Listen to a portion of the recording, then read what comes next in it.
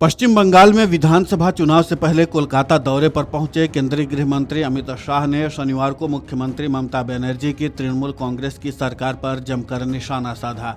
इस दौरान उन्होंने ममता सरकार के 15 सालों के कार्यकाल के खिलाफ आरोप पत्र भी जारी किया। इसके कुछ ही घंटों बाद अब तृणमूल कांग्रेस ने भी इसी तरह के दस्तावेज जारी करते हुए भाजपा शासित राज्यों में महिलाओं की सुरक्षा पर गंभीर सवाल उठाए। वहीं केंद्रीय मंत्री सुकांता मजूमदार ने कहा कि टीएमसी अगर हमारी चार्जशीट के बाद चार्जशीट जारी करती है तो इसका मतलब है कि हमारी चार्जशीट में जो सच बातें बताई गई हैं उसके बाद तृणमूल कांग्रेस में बौखलाहट है। उसी बौखलाहट की प्रतिक्रिया उनकी ओर से आई है। उनकी चार्जशीट में चार्ज करने की शक्ति ही नहीं है, वे मुंह के बल गिरने वाले हैं। बंगाल में इस बार भाजपा की प्रचंड बहुमत की सरकार आने वाली है।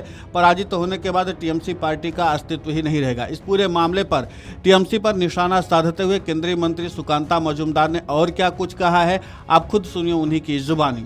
देखिए, टीएमसी हमारे चार्जशीट के बाद अगर चार्जशीट जारी करता है तो इसका मतलब है हमारी चार्जशीट में जो सच बातें बताई गई है, इस बातों को लेकर टीएमसी में बौखलाहट है।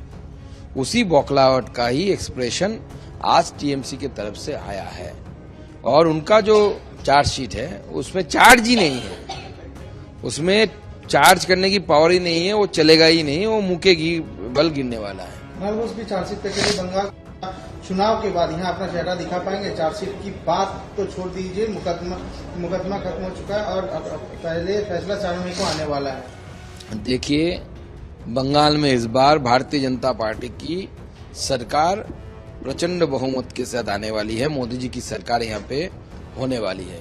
टीएमसी रिजल्ट के बाद यहाँ पे पराजित होने के बाद पार्टी ही नहीं रहेगी उनकी।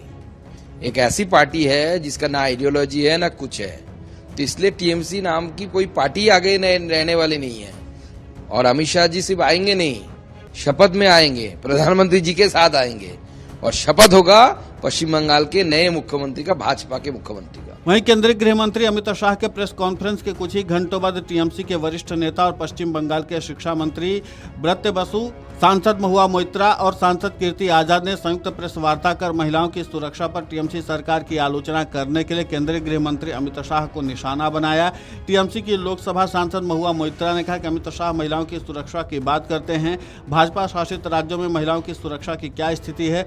शाह को सबसे पहले मणिपुर में हो रही हिंसा का जवाब देना चाहिए, जहां पिछले 3 सालों से लगातार खून खराबा हो रहा है।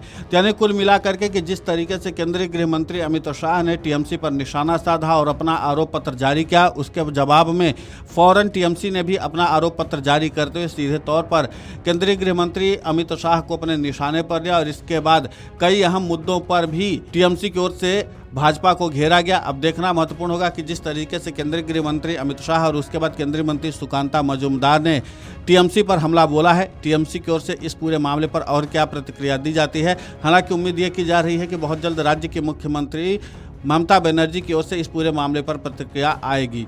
Video desk अमरउजाला.com।